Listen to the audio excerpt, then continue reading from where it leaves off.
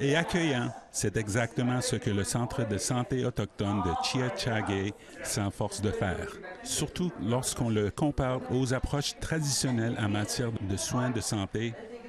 Sylvain Baudry est un intervenant communautaire au centre. Les communautés autochtones vivent beaucoup de racisme dans le système de santé traditionnel qu'on a, là,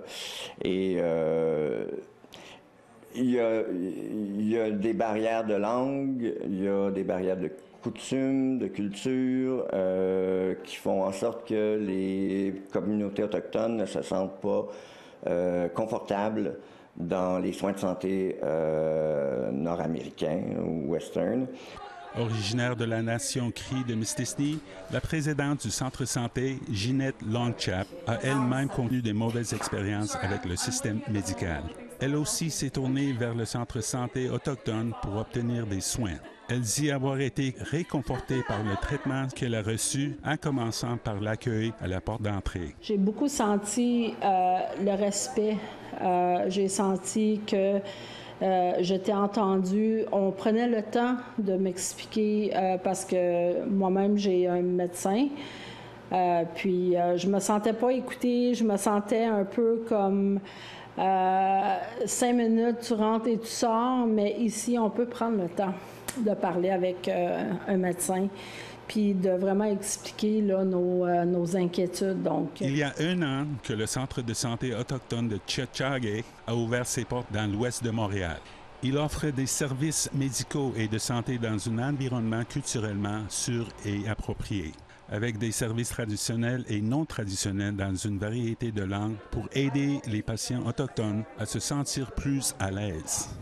Longchap est fier de la façon dont le centre s'est développé depuis son ouverture, malgré le défi. Oui, il y a eu des défis, comme dans le système de santé qu'on connaît aujourd'hui.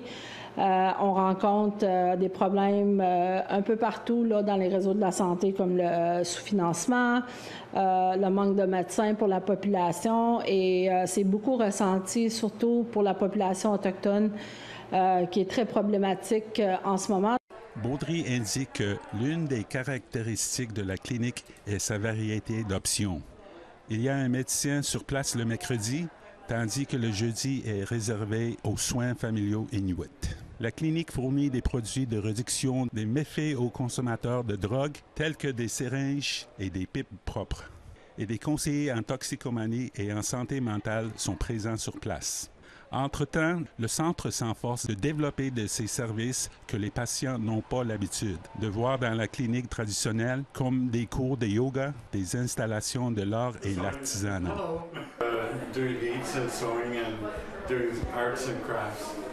On veut aussi explorer plus large que seulement le niveau de la santé. Puis comme l'approche holistique autochtone est basée sur l'ensemble de l'individu, l'ensemble de la personne, l'artisanat ou les cours, peu importe le cours, peut servir de prétexte à un groupe de soutien, de discussion, d'entraide.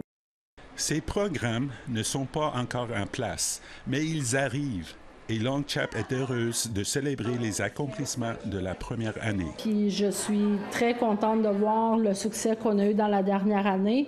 Je sais qu'il y a beaucoup de travail encore à faire, mais je suis très persuadée que dans les prochaines années, on va réussir là, à avoir ce qu'on veut. C'est notre bâtiment, notre propre bâtiment.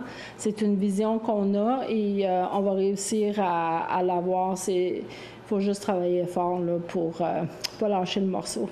Tous les partis concernés prévoient que l'année prochaine, le centre continuera à se développer. En même temps, il espère que le succès de la première année donnera aux gouvernements municipaux et provinciaux suffisamment de confiance dans le projet pour qu'ils s'engagent à soutenir le centre santé indigène de Tiohtià:ke. Donovan Moses, Nouvelle nationale d'APTN, Montréal.